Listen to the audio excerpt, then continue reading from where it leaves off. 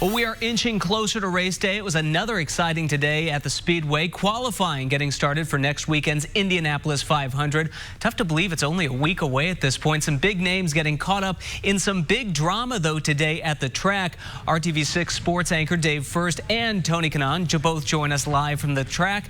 They've got the latest on what turned out to be a pretty interesting day. Hey, Dave. It's been this way now for several years, but here we go. First day qualifying for the 8,500, essentially setting the field for those guys between 10 and 30, which Tony Kanaan is a part of. But then you had the Fast 9 shootout tomorrow. More importantly, the guys that are in the back that have to take part in a last row shootout. And here we go. Fernando Alonso is one of those guys, and James Hinch. It's crazy. I mean, this year it was totally unexpected, and we talked about this yesterday. Nobody knew if you had to pick three guys to stay out. Right. Nobody knew because we didn't know. And today, the weather, the wind, I mean, we got so lucky that we got an early draw. The conditions were so bizarre today. You know what's funny? So we had sunny days with no wind. Right. Cold days with a lot of wind. And then today, just because it's qualifying, we got hot and wind. So we weren't, nobody were prepared. Yeah, everybody was caught off guard. Let's show you James Hinch clip. This happened around 1:30 or so this afternoon. This is a second lap, turn 2, and the back end just comes around, and Hinch is along for the ride. Yeah, I mean, that's just, you know, when the car was loose already, he was afraid to turn. He ran a little high, and when he put a little bit of a lock in, he lost it, which is a shame. I got really worried. It took him a long time to get out of the car. I rushed into the medical center. Thank God he was fine. So, but now going to a road course car, you know, which has, well, for people that don't understand. Well, tell you what, first things first, let's hear from Hinch. After he talked to you in the medical center, he talked to us. You know, honestly, it was a little on the neutral side in the north end of the track, but the south end wasn't too bad, so I wasn't really expecting it. I was kind of more preparing to hang on through 3 and 4 that next lap, if I'm honest, and then just swapped ends on me. So, gust of wind, you don't know. When it's gusty like this and you're in low downforce qualifying trim, these things can happen, and unfortunately, it caught us out today.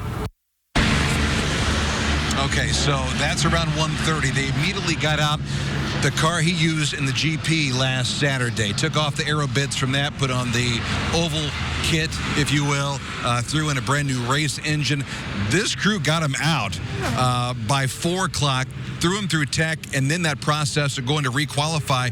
First time he was out to qualify in the backup car was essentially a shakedown. How nuts was that? It was crazy. He did a shakedown. He did 4 attempts, and obviously, aerodynamically, with the bodywork and stuff, that car is not as good as his previous car, so the speeds are going to be slow. So the initial attempt, too slow. Attempt number 2, too slow. Attempt number 3, not fast enough, 226.9. And here he is heading into Sunday qualifying on the outside, looking in. You know, it was the road course car, so that doesn't have a lot of the bells and whistles that the speedway cars have, and we just didn't have the time to rub on it the way that we want to. So, you know, a year ago today, it was the end of the road for us with the rules this year. We've got another shot tomorrow. We'll take a good hard look at everything. More on Hinch. They'll have that car ready, I think, tomorrow. Yeah, no, tonight for sure they're going to get some new uprights. Yeah. Which, you know, helps a lot. Probably a different gearbox. And they cannot massage the bodywork, but I think this car is going to be faster tomorrow. Meanwhile, up front, the usual list of contenders, namely Spencer Pigot, Ed Carpenter Racing, doing it again. He was the second one out this morning. The draw was big, wasn't it, at the end of the day? Big time. I got to take my wife and buy her dinner and flowers. Lauren brought a 6th out. 230.083. Spencer Pigot right now on pole. Feel like the work paid off all week to get to that? Yeah, absolutely. You know, we've been working hard on every kind of condition. We've been out there in the heat and the wind and, you know, in the better conditions as well, trying to get reads on everything. And, you know, I think that kind of pays off. No matter where we were going to go today, we felt prepared. And, you know, obviously earlier is probably better. So happy with that. And, you know, really happy with the car at Carpenter Racing. Did a great job, Chevrolet. So, you know, so far so good.